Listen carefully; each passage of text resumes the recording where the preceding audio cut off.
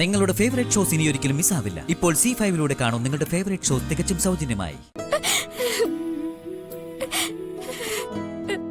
ഈ കണ്ണടയുന്നത് വരെ കാണാൻ കുറെ സ്വപ്നങ്ങൾ കൂട്ടിവെച്ചിട്ടുണ്ടാവുമല്ലോ. അച്ഛൻ കൂട്ടിവെക്കുന്നതൊക്കെ നിന്നെ കുറിച്ചല്ലേ?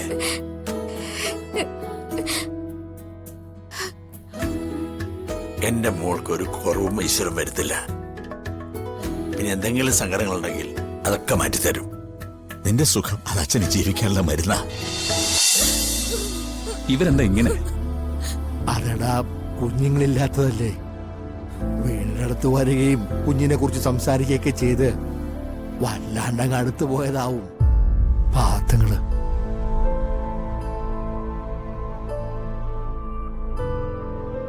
അമ്മാവ കുഴപ്പമൊന്നും ഉണ്ടാവില്ലല്ലോ അല്ലേ? നീ നേരത്തെ പറഞ്ഞത് എന്തുവാ? അച്ഛന്റെ മനസ്സോടെ കാത്തിരിക്കുന്നല്ലേ? കുഴപ്പമൊന്നും ഉണ്ടാവില്ലടാ. ഏത് പ്രതിസന്ധിയും മറികടക്കാൻ ആ കുഞ്ഞിനാവൂടാ.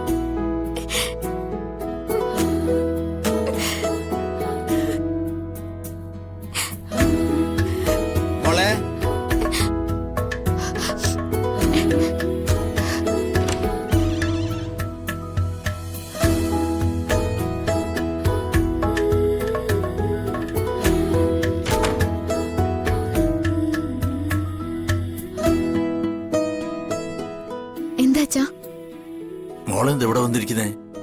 അവിടെ ഇത്രയും വലിയ കാര്യം നടക്കുമ്പോ ഞാൻ അങ്ങോട്ട് വരാൻ തുടങ്ങുമായിരുന്നു. ഫംഗ്ഷന് വേണ്ടി ജ്യോതി എന്നെ മേക്കപ്പ് ചെയ്തത്. അത് ചെയ്തതിനു ശേഷം എന്തോ ഒരു ചൊറിച്ചില് തോന്നിയപ്പോ അത് കഴുകാൻ വേണ്ടി. അച്ഛൻ വരില്ലാന്ന് കരുതിയോ മോള്?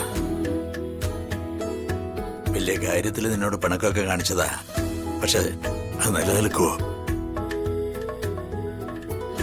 നീ അവിടുന്ന് ഇറങ്ങിയപ്പോ തന്നെ അച്ഛന്റെ മനസ്സിൽ നിന്ന് അതൊക്കെ പോയി. അച്ഛന്റെ മനസ്സിൽ ഇപ്പൊ ഒരു സങ്കടവും ഇല്ല കേട്ടോ. എല്ലാവരും അവിടെ കൂട്ടം കൂടി നിൽക്കുമ്പോഴും സുജാതയും രഘുവും നിനക്ക് തരുന്ന പരിഗണന കാണുമ്പോഴും അച്ഛന് സന്തോഷ. താഴോട്ട് വാ, അല്ലെങ്കിൽ പിന്നെ എല്ലാവരും കൂടി അന്വേഷിച്ച് ഇങ്ങോട്ട് വരും. അവരുടെ കണക്കില് ഏറ്റവും പ്രധാനപ്പെട്ട ആള് നീയാണല്ലോ. അച്ഛൻ എന്നോട് ക്ഷമിക്കണം കേട്ടോ. അച്ഛന്റെ ബുദ്ധിമുട്ടുകൾ ഓർത്ത് ഞാനൊന്ന് അങ്ങനെയൊക്കെ പറഞ്ഞു പോയതാ. ക്ഷമിക്കണേ അച്ഛ. അതൊക്കെ നമ്മൾ പറഞ്ഞു തീർത്തല്ലേടി. പിന്നെന്താ, ഒഴിഞ്ഞൊരു സമയം കിട്ടിയ അച്ഛന്റെ മനസ്സിലൊരു വേദനയില്ലാന്ന് നിന്നോടൊന്ന് പറയണമെന്നുണ്ടായിരുന്നു. അത്രേ ഉള്ളൂ.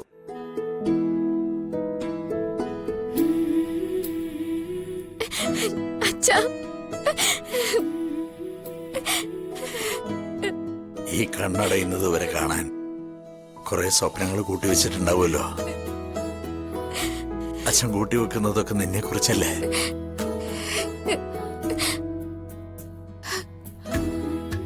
എന്റെ മോൾക്ക് ഒരു കുറവും ഈശ്വരം വരുത്തില്ല. പിന്നെ എന്തെങ്കിലും സങ്കടങ്ങളുണ്ടെങ്കിൽ അതൊക്കെ മാറ്റിത്തരും. നിന്റെ സുഖം അത് അച്ഛന് ജീവിക്കാനുള്ള മരുന്നാ.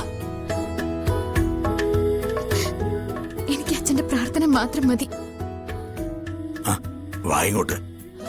രണ്ടാളും കൂടി കരയുന്ന കണ്ടാൽ അത് ശരിയാവില്ല. വാ.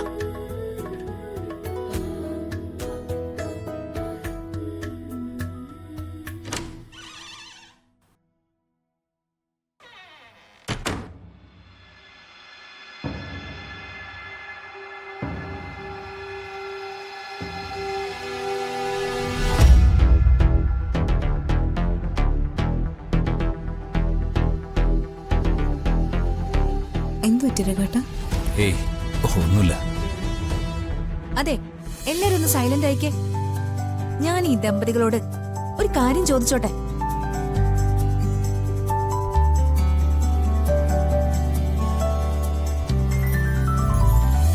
അങ്കിളെ, രണ്ടുപേരും കൂടി ഇങ്ങനെ നിൽക്കുമ്പോ നിങ്ങളുടെ കല്യാണ കാര്യങ്ങളൊക്കെ എന്തായാലും മനസ്സിൽ വരുമല്ലോ.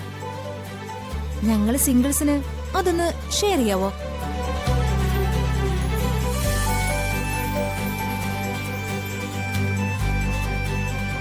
എന്തൊക്കെ സാറേ ചോദിക്കുന്നത്?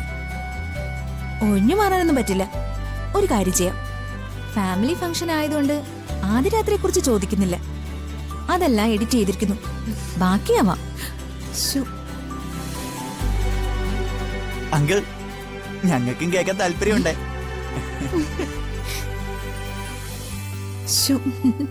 പറഞ്ഞു കൊടുക്കരേ കേട്ടോ എന്താന്ന് വെച്ചാ. ഈ കല്യാണത്തെ കുറിച്ച് പറയാന്ന് വെച്ചാ അന്ന് ഈ നോട്ടത്തിനും ഭാവത്തിനും ഒക്കെ കുറച്ച് സ്പീഡ് കുറഞ്ഞൊരു കാലമാണ്.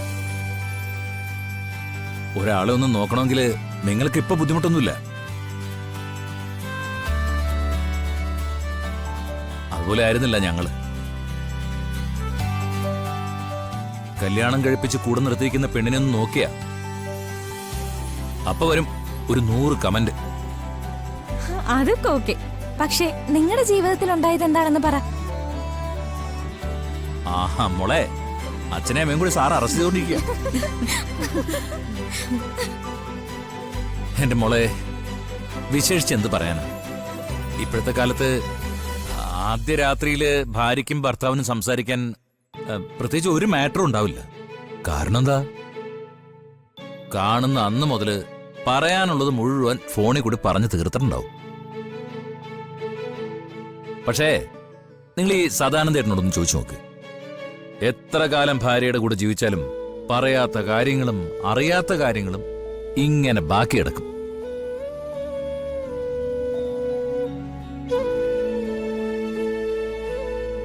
സത്യം പറഞ്ഞാ അതൊക്കെയാണ് ഒരു ദാമ്പത്യത്തിന്റെ സുഖവും അതിന്റെ ദൈർഘ്യവും.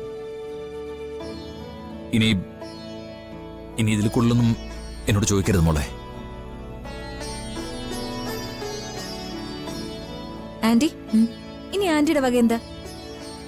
പണ്ട് ജീവനെയും ജ്യോതിയും തല്ലാൻ വെച്ചിരുന്ന ഒരു ചൂരല് ഇപ്പോഴും അകത്തിരിപ്പുണ്ട്. എന്റെ വകയായിട്ട് ഞാൻ അതെടുത്തോണ്ട് വരാം. അയ്യോ,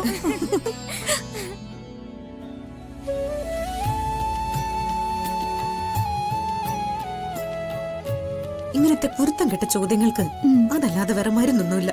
ഇല്ലേ? നിർത്തിക്കോ നീ.